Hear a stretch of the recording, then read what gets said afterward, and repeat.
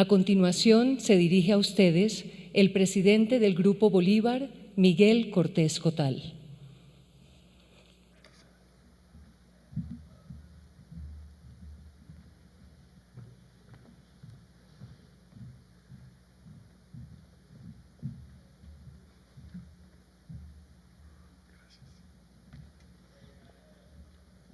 Parece una misa esto.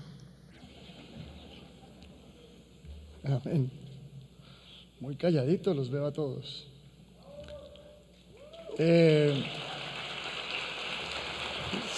Debería haber alegría, son 50 años. 50 años de alegría, 50 años de reconocimientos, 50 años de descubrir la maravilla de ustedes los periodistas. Esa capacidad de investigar, de escribir, de emocionarnos, de hacernos llorar, es algo increíble. Para mí realmente es un honor ser el anfitrión de ustedes todos esta noche en estos 50 años. Me puse a pensar para esta noche, dije, oye, ¿y cómo es que una compañía de seguros llamada Seguros Bolívar se mete a patrocinar, promover un premio de periodismo? Y no, esto es muy raro. Y entonces dije, bueno, hablemos con la fuente siendo José Alejandro Cortés.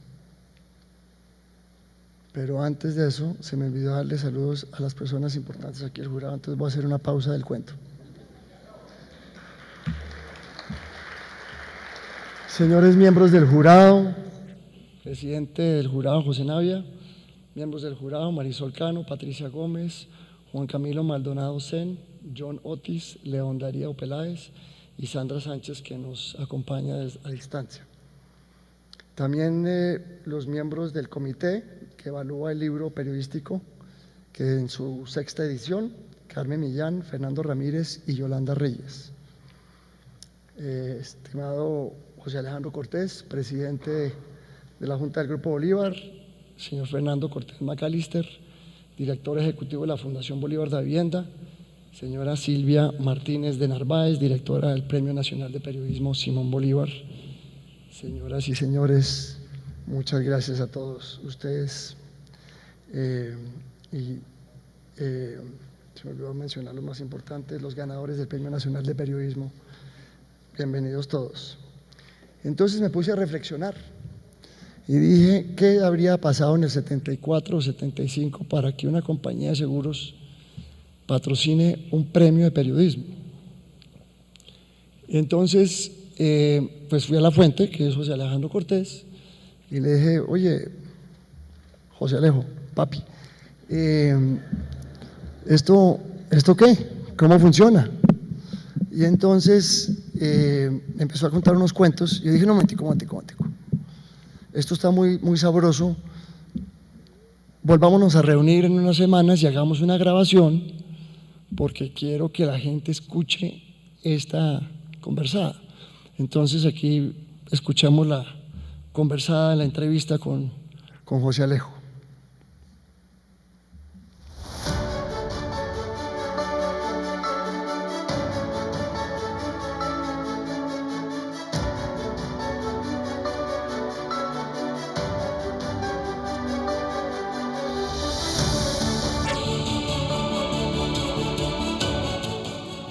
Estamos cumpliendo 50 años del Premio Nacional de Periodismo Simón Bolívar.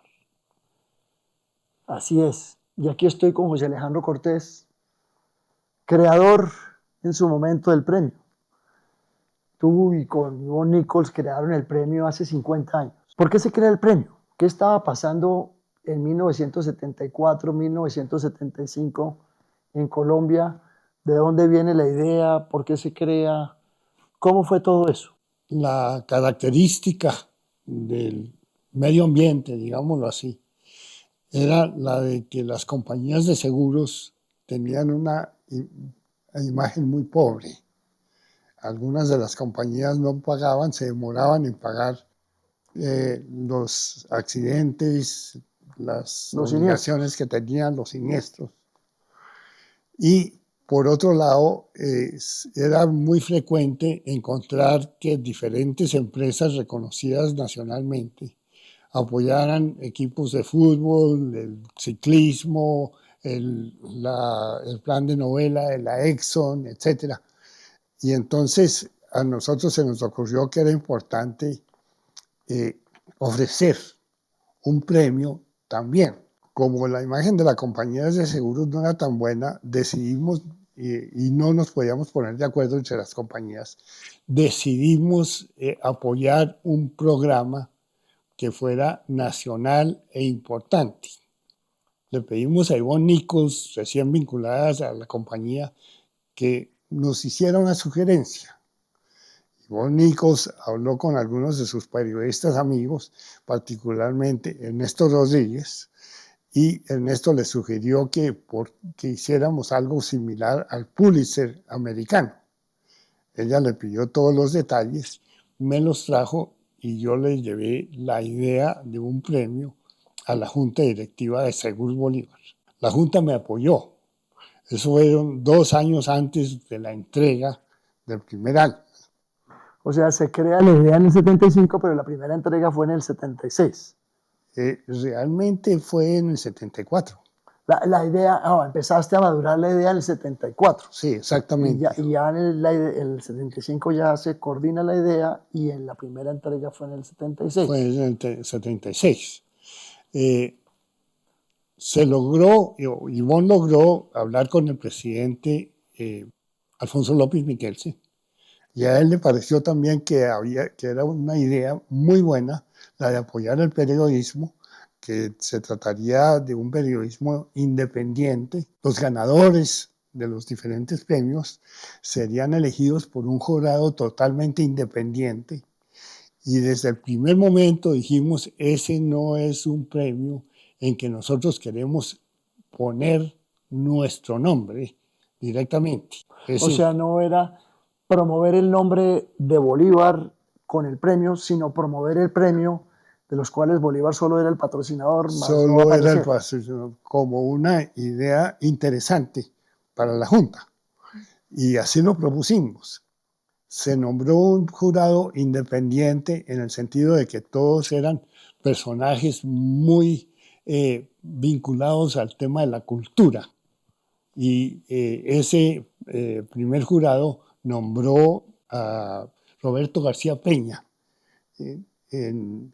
como el primer recipiente del premio. Primer ganador de Vida y Obra. Del primer ganador de Vida y Obra. ¿Y Roberto García Peña era un periodista o quién era en ese momento? Roberto García Peña en ese momento era el director del Tiempo. O sea, reconocido por todos sus artículos y por manejar el tiempo. Así es. Esto de, obviamente, tener una compañía de seguros patrocinando un premio de periodismo, pues es extraño, pero tener esa visión de una manera de mejorar la industria de aseguradora vía promover periodismo, se vuelve realmente algo diferente. ¿Cuándo cambia en tu mente? Porque yo te he oído hablar mucho de 3 temas. 1, la independencia del jurado. 2, la importancia del periodismo. Y 3, la democracia. Y esos 3 para mí, que he escuchado toda la vida que he estado aquí en el grupo, ha sido como los pilares, los 3 pilares que hay. ¿Cómo ha sido eso y cómo pasó de ser una ayuda al sector asegurador a realmente a una ayuda al periodismo y a la democracia? Se discutió mucho en la Junta Directiva. Se consideró que el periodismo era una institución supremamente importante para el país, no solamente para el mundo propiamente del periodismo. Era importante su independencia y era importante como apoyo a la democracia. Entonces, por ese motivo, la Junta aprobó el premio con algunas características un poquito diferentes a las que hoy existen, pero fundamentalmente la idea es la misma. Y de ahí que en este momento tengamos un premio de periodismo, pues muy reconocido. Que hoy dirige muy hábilmente Silvia Martínez de Narváez. Que hoy dirige muy hábilmente Silvia Martínez de Narváez. Así es. Dentro de todo lo que has hecho tú en el grupo, creación de empresas, creer en la gente, el banco, todo eso, la Fundación Bolívar da Vivienda, ¿dirías tú que esto es probablemente, este premio es probablemente de esos temas del cual estás más orgulloso, del cual es muy importante de todo lo que has creado y has montado? Sí, no, definitivamente. El Premio de Periodismo es una institución importantísima para el país. El Premio de Periodismo y el periodismo en sí son fuentes de independencia libres, deben ser totalmente libres para expresar sus opiniones, y eso es lo que nosotros siempre hemos querido porque creemos en eso como valor importantísimo para la democracia. ¿Hay algo que tú le deseas a toda esta audiencia que está aquí hoy, que están varios ganadores de Premio Vida y Obra, todos los periodistas en estos 50 años? Pues sí, yo lo que pienso es que todos los periodistas deben apoyar su independencia, sus ideas y tener la libertad de expresar lo que quieran, no necesariamente la orientación que les dé una determinada persona o un determinado partido político. Sí. Yo sí aprovecho y ya doy un agradecimiento por la valentía de cada uno de ustedes. Muchas gracias, José Alejo, por este compartir, y muchas gracias a ustedes. No, muchas gracias.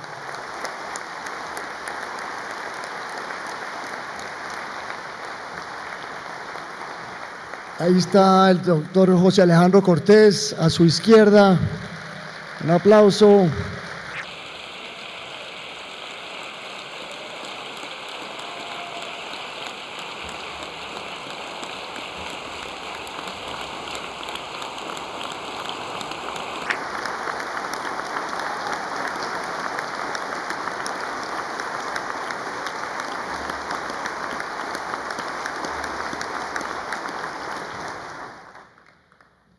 Muchas gracias por los aplausos.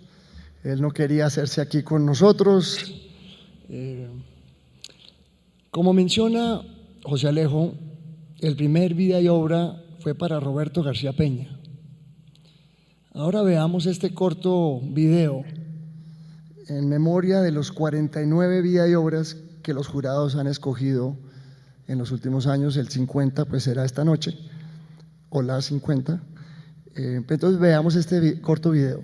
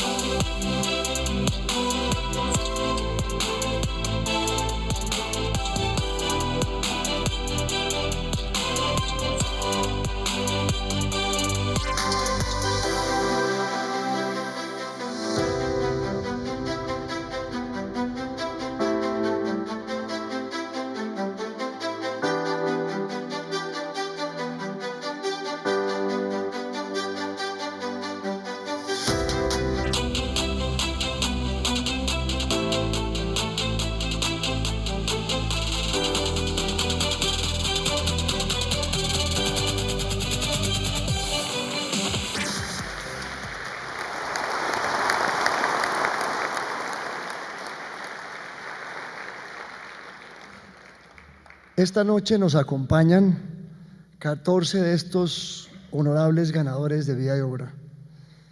Consuelo Mendoza, si se pueden ir poniendo de pie. Consuelo Mendoza, Daniel Samper Pisano,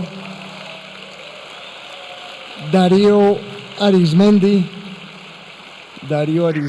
allá está Felipe López, Margarita Vidal, Hernán Peláez, María Elvira Samper, Ricardo Calderón, Alberto Donadillo, Gerardo Reyes, Jorge Cardona, Fidel Cano, Cecilia Orozco y Jesús Abad Colorado.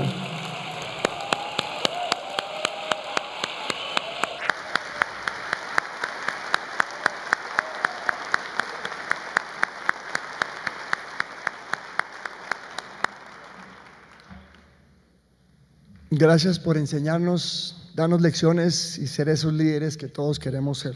Muchas gracias. También creo que hoy nos acompaña presencialmente Yvonne Nichols. Está mirando esta televisión en YouTube, esta proyección. Pero creo que Yvonne Nichols y Silvia Martínez, que han sido las dos directoras, un aplauso muy grande, por favor, para ellas.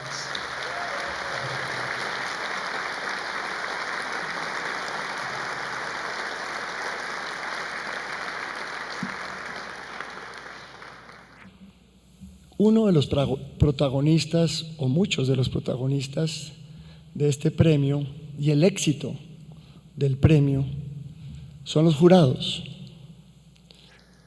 Los jurados que no todos son periodistas, pero todos conocen del periodismo.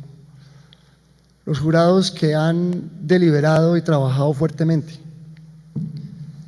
Quisiera preguntarle a Silvia, aprovechando que le acabamos de aplaudir y que está ahí, nunca hemos entendido qué es lo que hace un jurado, ¿no? Y entonces, aprovechando los 50 años, uno dice, bueno, échenos el cuento de qué hace el jurado. Se reúnen una vez, un día, un fin de semana, una noche. ¿Cómo es?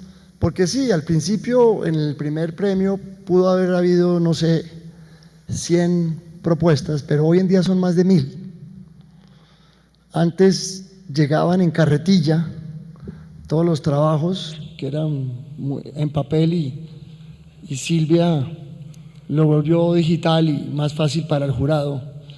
Pero como nosotros no nos metemos con el jurado ni sabemos nada, sino que se nombró un jurado y que van a deliberar y que llegaron un montón de trabajos, propuestas. Silvia, quería preguntarte a ti, ¿qué hace el jurado? ¿Cuándo se reúnen? ¿Cuánto trabajo es? ¿Es de un día, de una semana? Son 1000. ¿Leen todo? ¿No lo leen? ¿Cómo funciona? Bien, Miguel, en primer lugar, hola a todos y bienvenidos y bienvenidas esta noche. Gracias por estar aquí. Es un honor para mí estar abriendo hoy la edición 50 de esta institución. Señor José Alejandro Cortés, nos honra con su presencia. Gracias.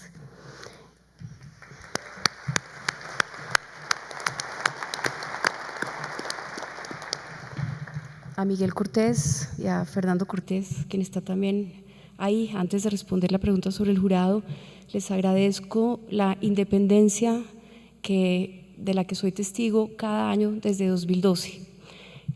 Soy periodista, tengo una maestría y un doctorado en literatura, he ejercido el periodismo durante distintas etapas de mi vida, conozco el oficio y desde ese lugar en 2012 recibí esta inmensa responsabilidad. En esa línea, Yvonne Nichols, a quien hoy saludo con un gran afecto. Sé, Yvonne, que estás en algún lugar viendo en streaming esta ceremonia. Gracias por entregar una tierra muy fértil para seguir cosechando y para honrar un oficio que no puede morir. Cuando recibo el premio y hago toda esta introducción para explicar el jurado, mi intención y mi propuesta fue empezar una rotación muy alta, de un 80-90%, de tal manera que la interdisciplinariedad sumada a perfiles como los que nos acompañan esta noche y los que nos acompañan cada edición nutrieran el debate desde los argumentos, desde las ideas y no desde las pasiones. Soy testigo de ello. cada año se convoca después de conversaciones con la Fundación Bolívar da Vivienda, en donde se revisan muchas propuestas de muchísimos nombres para configurar cada año un cuerpo de jurado independiente, transparente, con una reputación que permita evaluarlos a todos ustedes. Son 7 miembros del jurado los que se eligen y se reconfiguran cada año. Y también, como tú decías, en 2012, cuando recibí el premio, los trabajos, muchos de ustedes se deben acordar, llegaban en cajas de prensa, cassettes, videos. En 2012 tomé la decisión de hacer una página web y construir con un equipo al que saludo hoy y agradezco mucho su profesionalismo, Motif, Mario Forero, Juan Esteban Duque y Leonardo Forero.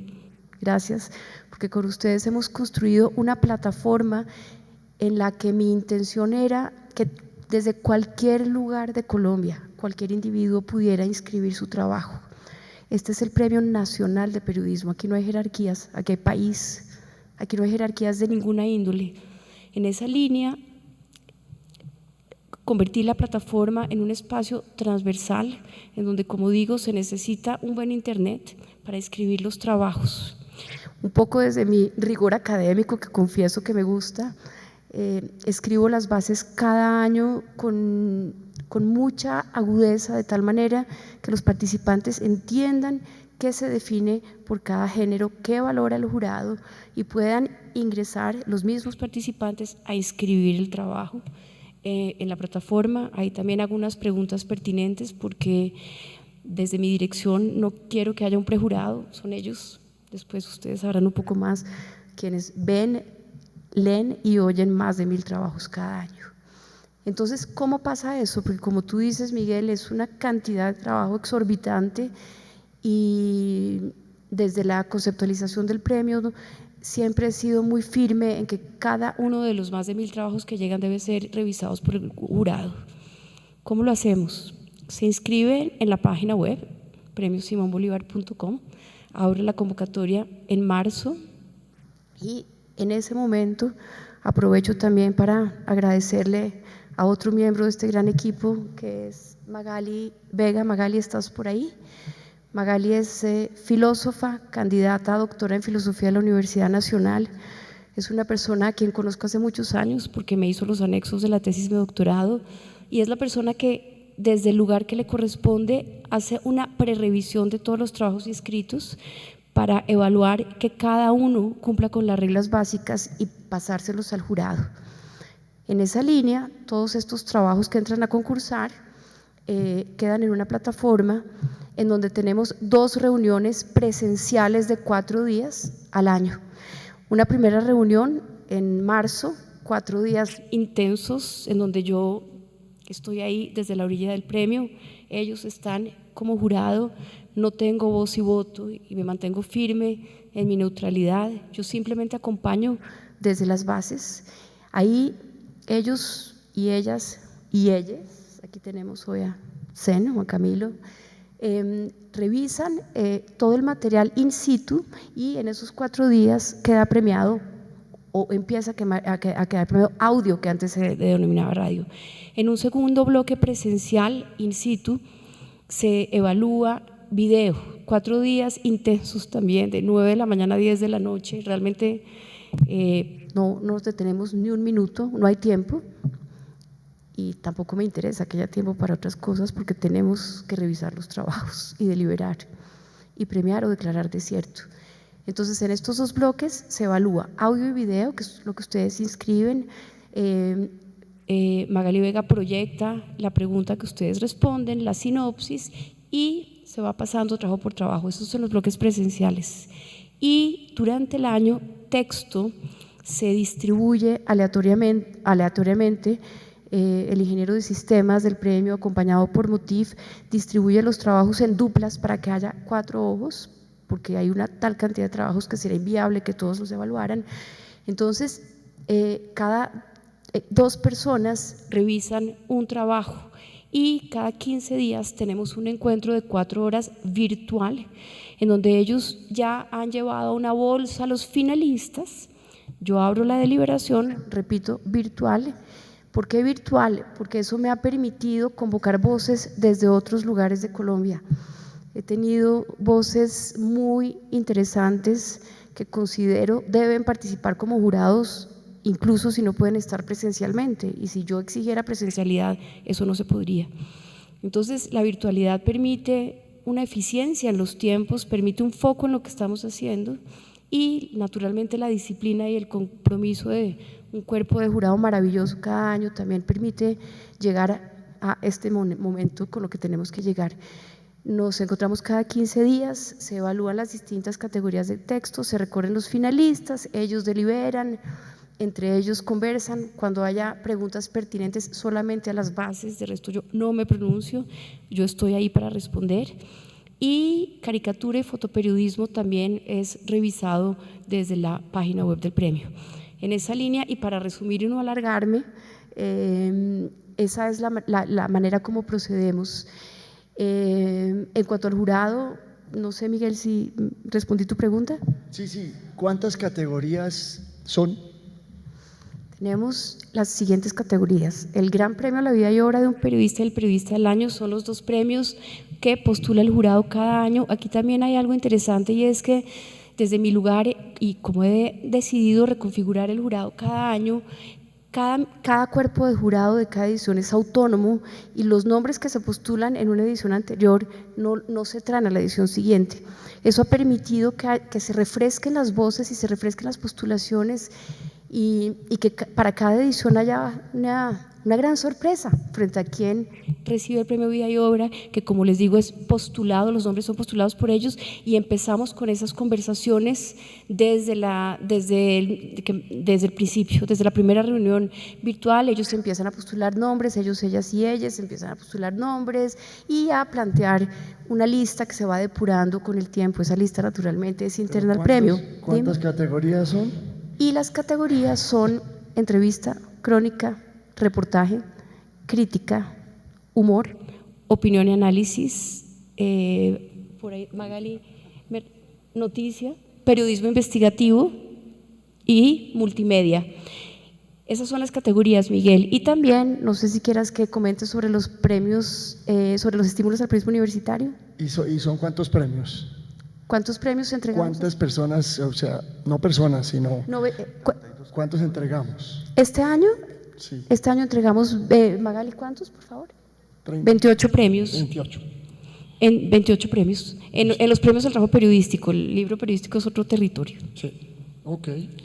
Y me imagino que el libro periodístico no trabaja en nada. Están ahí sentados. ¿Cuántos libros tuvieron que leer los 3 jurados del Comité del Premio Periodismo este año? El premio al libro periodístico lo propuse y tuve el aval del grupo en 2015. Los libros fueron 86 este año, Miguel. Ha ido 86. ¿86 o 90? Listo, ok. Bueno, muchas gracias. No leyeron mucho bien. Y entonces deliberan desde marzo hasta noviembre. Sí, todo el tiempo. Es decir, en bloques, sí. Listo, muchísimas gracias. Un aplauso a todos los jurados.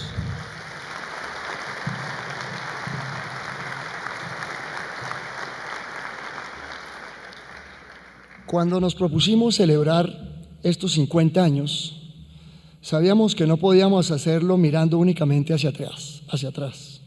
Decidimos que la mejor forma de honrar los 50 años que pasaron era dedicar este año a escuchar y reflexionar sobre los 50 años que vienen.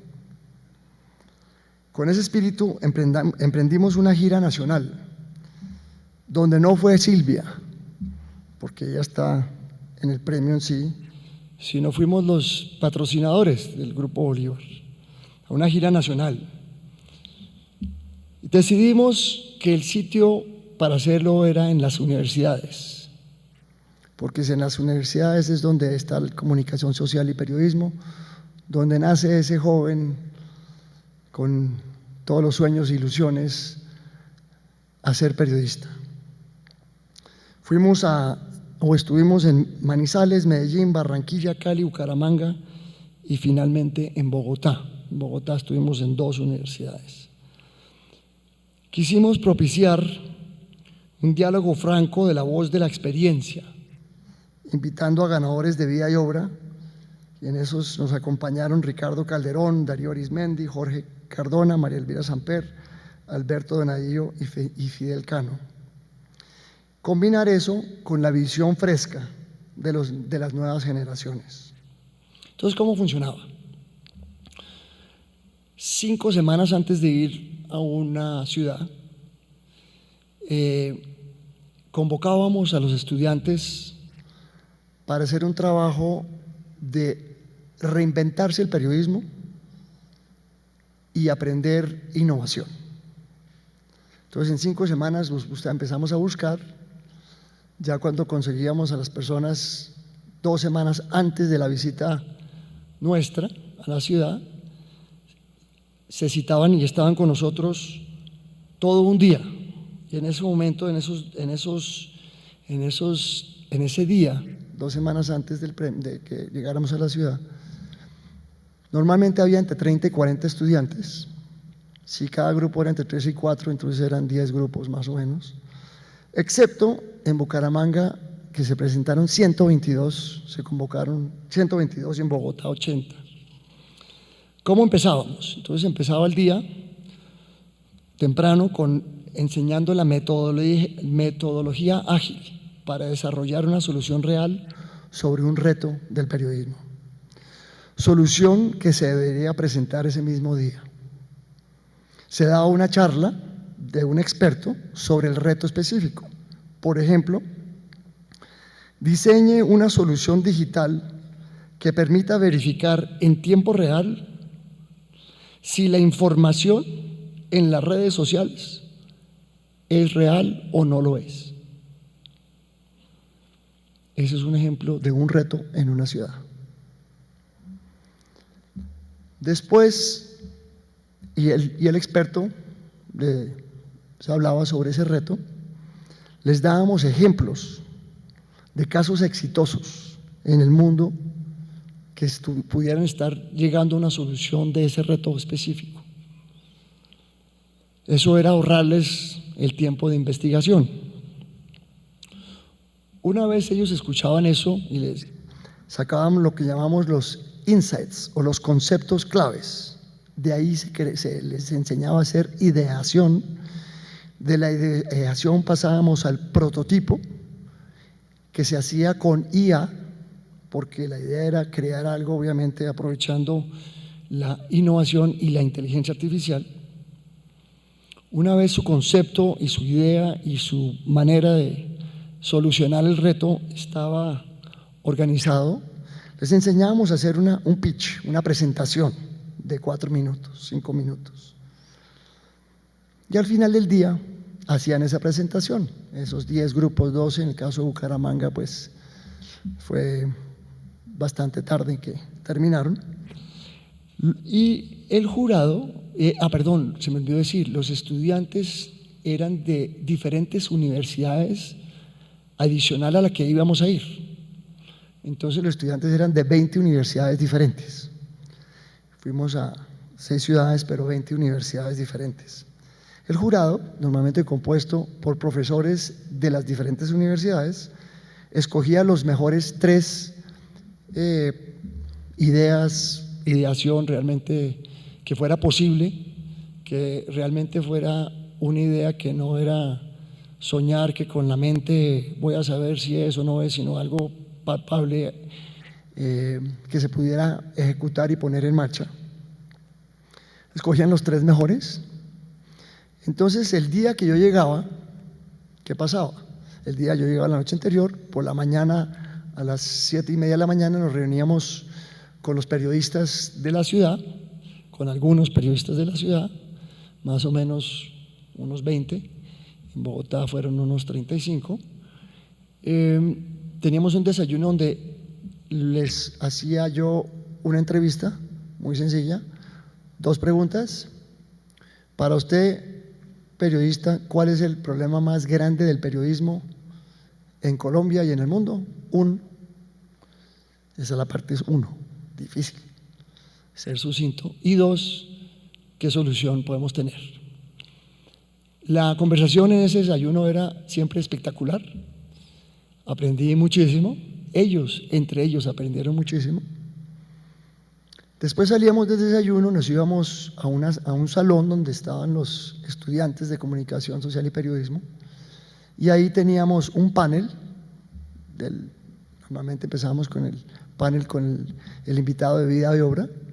Después, en el intermedio entre el panel 1 y el panel 2, los 3 grupos de estudiantes hacían su pitch, su presentación, y un jurado, otra vez independiente, nosotros no estábamos involucrados, escogía el ganador. El premio era que 2 personas del equipo ganador los traíamos a Bogotá a este evento, todo gasto pago, hotel, pasaje, todo. Si había otros que habían participado pero querían venir, pues también podrían estar aquí esta noche. Entonces aquí esta noche están los 16 ganadores del premio. Entonces un aplauso para todos esos estudiantes.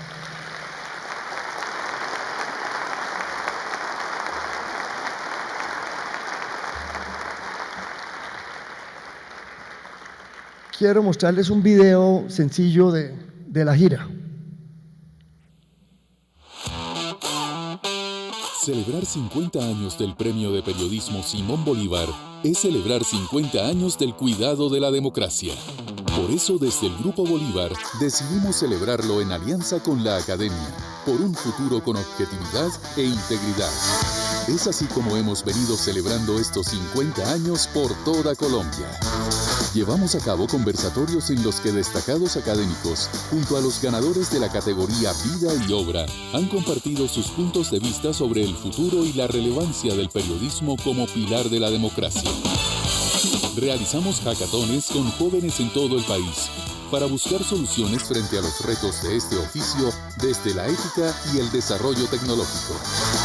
Diseñamos una exposición itinerante con pantallas interactivas para recorrer 50 años de caricatura y fotografía periodística premiadas e invitar a estudiantes y docentes a reflexionar sobre los aprendizajes y el futuro.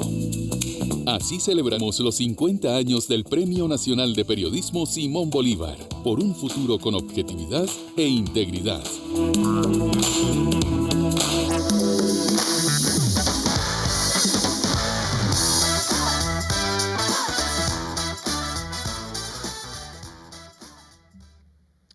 De los más de 100 periodistas que escuchamos en esas visitas a las ciudades y a las universidades, en los desayunos, salieron muchos retos. Y son retos que uno dice, bueno, yo creí que yo tenía problemas en el banco y en la compañía de seguros y en la constructora, pero en periodismo sí que hay retos. Enormes. Enormes, enormes. Y yo diría que el gran culpable de todos los retos, o la mayoría de los retos, se viene con la innovación, con las redes sociales. Las redes sociales, Facebook, Google, X, Instagram, TikTok, etcétera, cambian totalmente todo lo que tiene que ver con periodismo. Y lo cambian por muchas razones. La primera es que tienen un algoritmo que escoge cuál noticia se vuelve viral y cuál no. Entonces aquí pueden haber trabajado los periodistas todo lo que hice durísimo, trabajado horas, días, y no, eso no fue tendencia. Y entonces se vuelve ellos manejan la tendencia, ya no lo maneja cada medio, digámoslo así, aunque sí, obviamente hoy vemos en carátulas del Tiempo, Espectador, toda semana, y en la radio, en todos lados escuchamos la tendencia. Pero lo más grave de las redes sociales es que fueron como una aspiradora Hoover, de esas que realmente funcionan súper bien, y se chuparon toda la publicidad. Entonces, el 90% de la publicidad en el mundo se la se la llevaron estos medios, estas redes sociales. Entonces no hay dinero, entonces es muy difícil. También en ese crecimiento grande y tenerlo en el celular, hubo un bajonazo sustancial, también como del 90%, en las suscripciones. Entonces ya no había ni publicidad ni suscripción. Porque los consumidores de información sentían y sienten hoy que ese servicio debe ser gratis.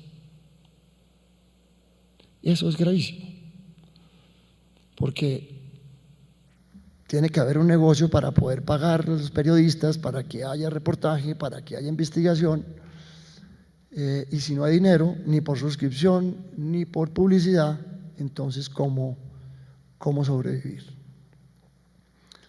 Y es muy extraño, porque esos jóvenes y todos nosotros pagamos servicios públicos, el agua, la luz, teléfono, con felicidad. No entiendo por qué no pagar el periodismo bueno también. Pero esa es la tendencia. Otro problema inmenso es que antes se estudiaba la carrera de periodismo, se salía y se trabajaba y se investigaba. Hoy en día son millones y cientos de millones de periodistas, porque todos se sienten periodistas.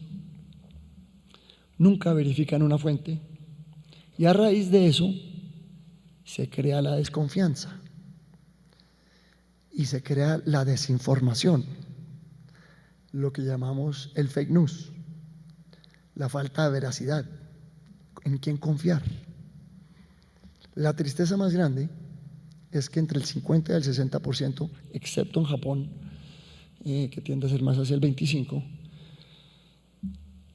de la gente se informa a través de las redes sociales, Facebook, Google, Instagram y TikTok, y no a través de los medios tradicionales. No ven televisión, no escuchan las noticias en la radio, no leen, y eso es preocupante. Es preocupante por la manera que hay veces las pasiones que hay y se encuentran, y los odios, amores y desamores fluyen en las redes sociales. No es ese periodismo cauto, juicioso, que investiga y profundiza y contrasta la información, que realmente lleva no a las pasiones, sino realmente a informarnos. También las redes sociales vuelve todo instantáneo. Excelente y buenísimo. Porque si se murió el Papa, pues chévere saber ya que se murió el Papa y no en 2 días. Pero hay el resto de la mayoría, y si hay un huracán que va a venir, buenísimo que nos informemos, y si va a haber una catástrofe, importante que nos informemos. Pero ese tema instantáneo lleva a una falta de investigación. Todo esto sumado lleva a una manera diferente de consumir. Ya el consumo es por una línea, máximo por un párrafo. Y uno investigando en investigaciones, en periodismo, pues no se puede contar un cuento de un abuso de una compañía o de un policía o de una muerte o de un secuestro o de algo sin hacer una investigación profunda. Entra al escenario también la inteligencia artificial, que ahora ya no es el fake news, sino el deep fake. Ya no sabemos si es fake o no es fake. Entran los influencers también. Entonces ya los influencers son algunos, sí, influyen sobre el jean que se ponen o la comida del restaurante, pero también influyen sobre las noticias. Y muchos, la gran mayoría, no son periodistas. En mi recorrido por estas ciudades, con tristeza vi que la materia prima, que son los estudiantes de periodismo, de comunicación, se ha disminuido sustancialmente. Sustancialmente es drásticamente. Entonces, si la materia prima no está ahí, es un reto muy grande. También tenemos unos sueldos, cuando por fin se gradúan, son unos sueldos muy bajos. ¿Y por qué son bajos? porque los medios no tienen el dinero hoy en día que antes tenían. Entonces es una carrera realmente muy difícil. Métale a esa sazón los ataques y amenazas a los periodistas mismos y a los medios por el crimen organizado y por bodegas populistas. La responsabilidad que asume un medio y un periodista es toda versus una persona que escribe en X. Hay una falta de ética. Métale a ese sazón una descalificación o bloqueo de medios por parte de algunos gobernantes. Ejemplo, Venezuela. O medidas impuestas para controlar lo que se pueda publicar. Esa falta de dinero no nos deja contratar buenos periodistas que se demoran días, semanas, meses investigando, viajando, contrastando y corroborando información. Y este último año, una de las entidades más benévolas del mundo paró de dar donaciones. Se llama USAID. En el 2023 apoyó, donó plata a diferentes sectores por el monto de $2.000 millones solo en Latinoamérica.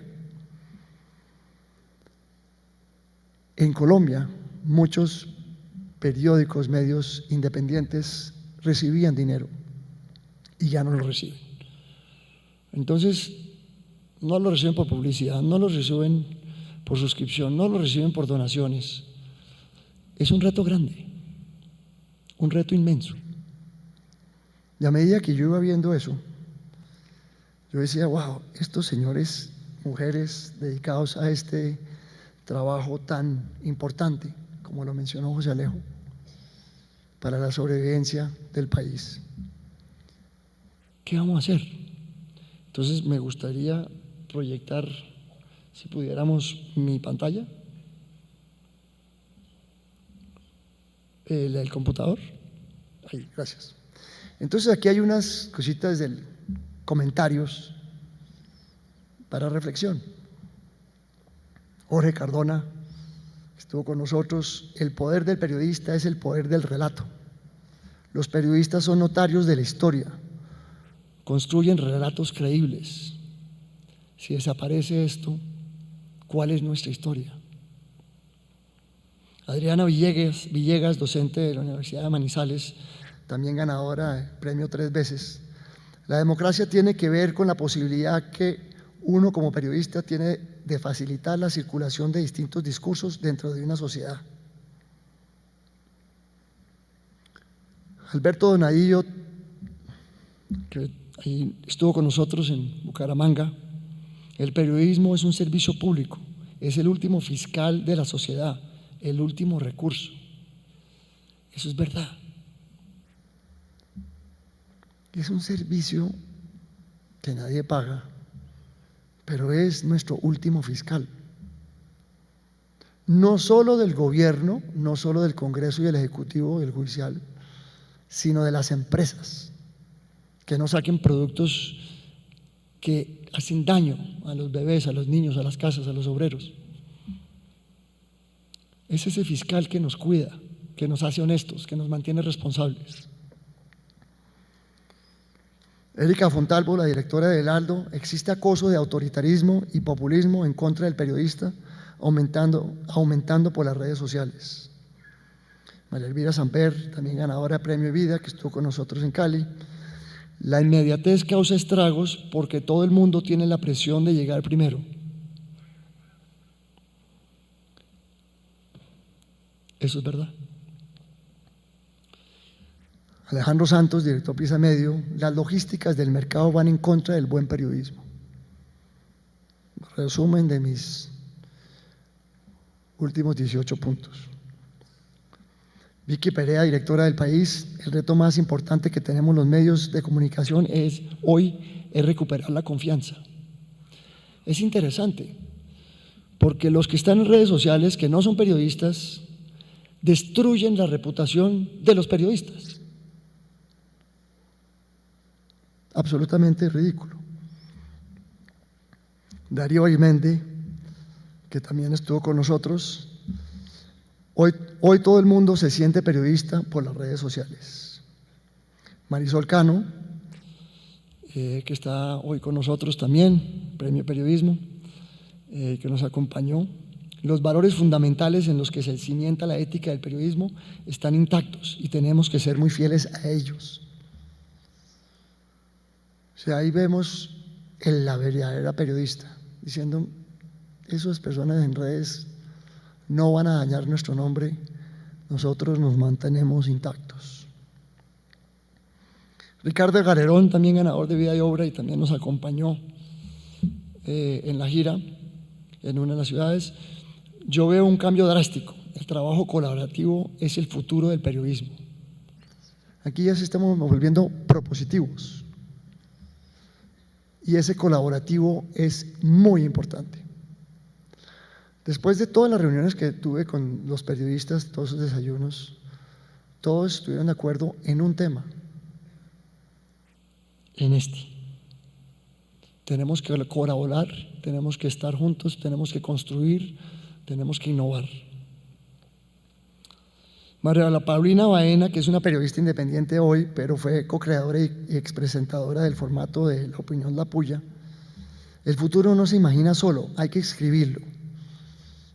Ella le ve un futuro muy grande al periodismo, escogiendo las audiencias, escogiendo el tema, escogiendo muy bien que el periodismo no es todo para todo el mundo, sino qué quiere cada sector de la población, cada. Laura Zanabria, editora de La Silla Vacía: todos quieren periodismo independiente, pero nadie está dispuesto a financiarlo. María Elvira Arango, directora de Los Informantes: el periodista tiene accountability, el influencer no. Fidel Cano, que nos acompañó en Bogotá: periodismo no tiene un diferencial. El periodismo tiene un diferencial que la inteligencia artificial difícilmente podrá superar. Los comentarios que vieron ustedes acá son fuera una frase, no es todo el comentario que ellos hicieron el día en que tuvimos la oportunidad de escucharlos.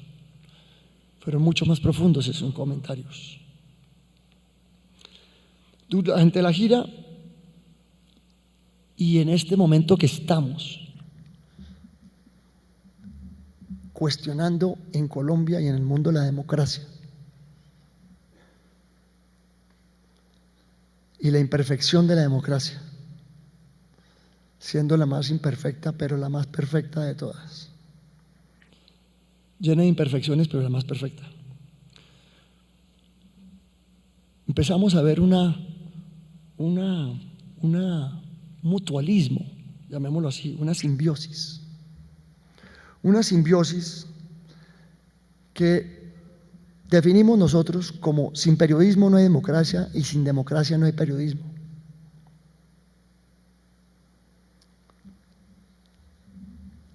Y ante los retos que estuvimos viendo, y los retos que tiene Colombia, y los retos que tiene el mundo, y los retos que tiene el periodismo, son ustedes, los periodistas, los que se levantan todos los días a trabajar, a exponerse, a ser responsables y a ponerse la camiseta por una Colombia justa y digna. Los admiramos y agradecemos por todas las cualidades que ustedes tienen: su profesionalismo, su rigor ético, su insistencia implacable en la búsqueda de la verdad, su independencia editorial y mental, su capacidad de investigar, su valentía y coraje, su claridad de pensamiento y precisión narrativa, su empatía, su responsabilidad social, su capacidad de escuchar, su disciplina y sobre todo su pasión. Si ustedes miran todo lo que acabo de decir de las cualidades de un periodista, ustedes son, mejor dicho, como esos protagonistas de las telenovelas, de las películas del oeste, porque son detectives, buscan la verdad, son analistas, confrontan los datos y son narradores. Son unos héroes realmente. ¿Cómo salir adelante? La pregunta más difícil. Con innovación. O sea, ¿qué aprendimos de los estudiantes? Con innovación, con foco en lo que quieren los diferentes tipos de consumidores, con colaboración o alianzas y con la apropiación de la IA. Sí, toca apropiarnos de la IA. Ustedes son creadores de la historia y movilizadores de la libertad. Si la libertad de expresión, sí, de la libertad de expresión, la libertad para poder escoger a nuestros gobernantes, sin nunca dejar de ser ustedes personas auténticas y comprometidas. Y quiero volver a unas personas que yo admiro, Fidel Cano, para completar lo que él dijo después de esto. El periodismo tiene un diferencial que la inteligencia artificial difícilmente podrá superar. Ese diferencial es el criterio humano, es la ética, es la integridad, es la reportería que va al territorio, es la pregunta incómoda, es la capacidad de escuchar y dudar, es la empatía para contar una historia, es la responsabilidad de firmar un artículo y responder por él. Y yo añado a lo dicho por Fidel Cano, un periodista y el periodismo tienen la responsabilidad de promover y mantener una democracia, reto que la IA no asume. Por lo tanto, para nosotros en el Grupo Bolívar, nuestro norte en los próximos 50 años es seguir promoviendo el periodismo para que vivamos en una democracia abierta y libre, y seguir promoviendo la democracia para que haya un periodismo abierto y libre. Muchas gracias, felicitaciones a todos.